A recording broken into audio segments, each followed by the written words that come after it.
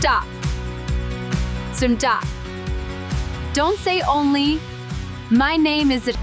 Today, I will help you introduce yourself in English. Çocuktur Sicilish.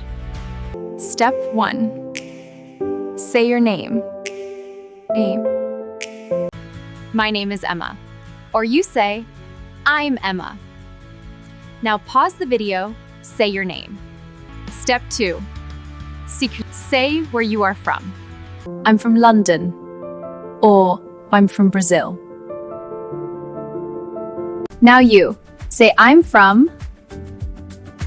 Step 3. Say what you do. I'm a student. I work as a teacher. I'm learning English. Comment your introduction below. Subscribe for Daily English with Emma.